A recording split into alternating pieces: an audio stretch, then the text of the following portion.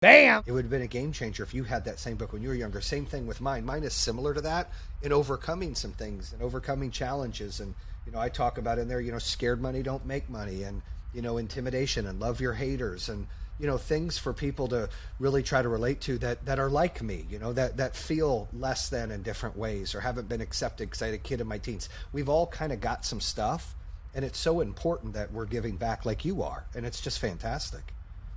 No, and the fact that you're out here, being, honest, a lot of entrepreneurs wouldn't be honest about the fact that, they only have a high school education. That is so major.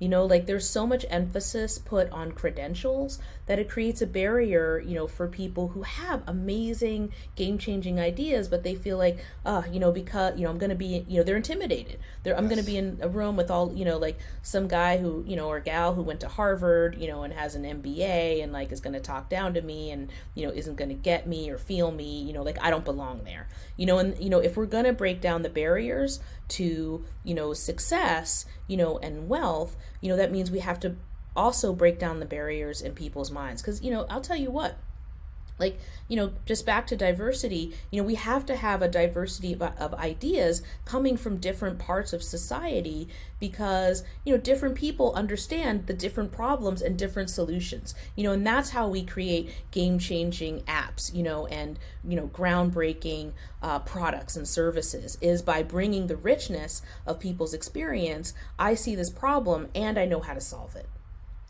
Exactly. And you kind of mentioned it here. Let's talk about something a lot of people in business dread, but I love it. It's failure, right? Why should we embrace failure despite everything that's thrown at us to take the easy way in life? We have to embrace failure. Everybody fails. My son is very much as a 4-year-old and always, even as a 2-year-old, he's a perfectionist, and he's always looking in, one of the No big way. things Your son's a perfectionist? Come on. Oh boy, my son is a total mutant. The county government recently gave me a 30-page report on that little mutant. Okay, Oh, like I'm in big trouble. But funny. He, I show him all the time because I know he's kind of a perfectionist just by nature. Oops, I spilled something. Mama made a mistake. And that's okay. It's okay to make a mistake. It's okay to fail because you learn from your failures. And, again, you've got to fail up. You say, oh, okay, well, this didn't work. Let me try another solution. Yeah, especially for startups, what I always advise, for entrepreneurs is to decide. You've got to make rapid decisions because every day you don't make a decision is a day you're burning money. But reevaluate, give it 6 to 12 weeks. Look back at the numbers, look back at how it feels, and then make another decision. Like you may have not made a decision, but you can measure, and tweak and say, okay, that didn't quite work. It didn't quite get the results. That's okay. Now I know, let me try this a different way.